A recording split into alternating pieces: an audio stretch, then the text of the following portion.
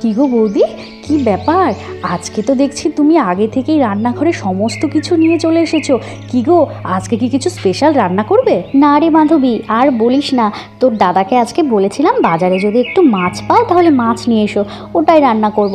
দেখ না, তোর দাদা সেই বাজার থেকে টাটকা টাটকা পালং শাক পেয়েছে আর সবজিগুলো নিয়ে এসেছে। তো বললো আজকে পালং শাক সবজি দিয়ে তুমি রান্না করো, তো ওইটাই করতে হবে। তো পালং শাক, এই সমস্ত সবজি, এগুলো কাটতে তো একটু সময় লাগবে, তাই আমি আগে থেকেই সমস্ত কিছু নিয়ে চলে এসেছি। তুই তো কাজ করছিলি, তাই তোকে ডাকিনি। তুই যখন এখানে চলে এসেছিস, তাহলে আমাকে একটু সমস্ত সবজিগুলো কেটে দিবি, আমি তাহলে রান্না বসাবো। ও, দাদা সবজি এনেছে? আসলে গ্রামের তো টাটকা টাটকা সব সবজি, ওগুলো খেতে ভীষণ ভালো লাগে। ঠিক আছে বৌদি, তুমি চিন্তা করো না, আমি এক্ষুনি তোমাকে সমস্ত কেটে দিচ্ছি।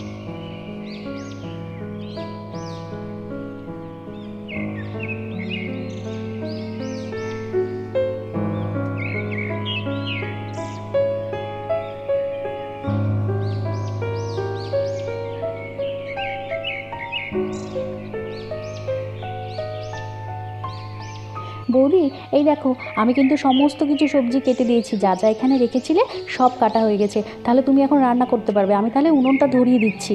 সত্যি রে মাধবী, তুই যদি না থাকতি কি যে হতো। কত সুন্দর করে গুছিয়ে তুই সমস্ত কিছু আমাকে কেটে দিস, তার জন্য তো তাড়াতাড়ি আমি রান্না করতে পারি। আর তুই এক কাজ কর, তাহলে আমাকে উনুনটা ধরিয়ে দে, আমি রান্নাটা বসিয়ে দিই।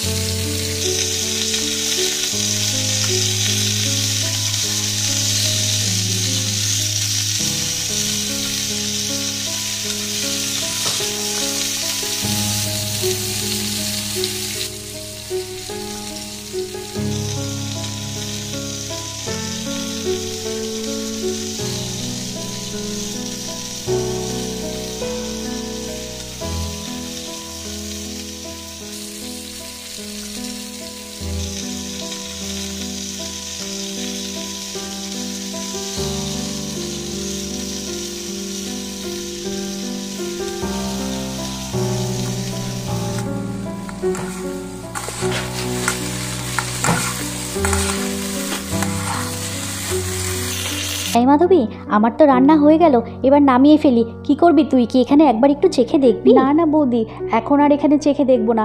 এক কাজ করি, চলো সবাই মিলে আমরা ঘরে যাই, একসাথে সবাই মিলে বসে খাবো।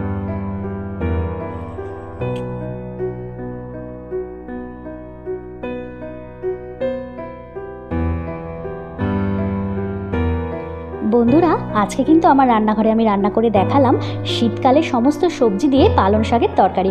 ভিডিওটা কেমন লাগলো কমেন্ট করে কিন্তু অবশ্যই জানিও, আর আমাদের চ্যানেলটাকে সাবস্ক্রাইব করতে একদম ভুলো না।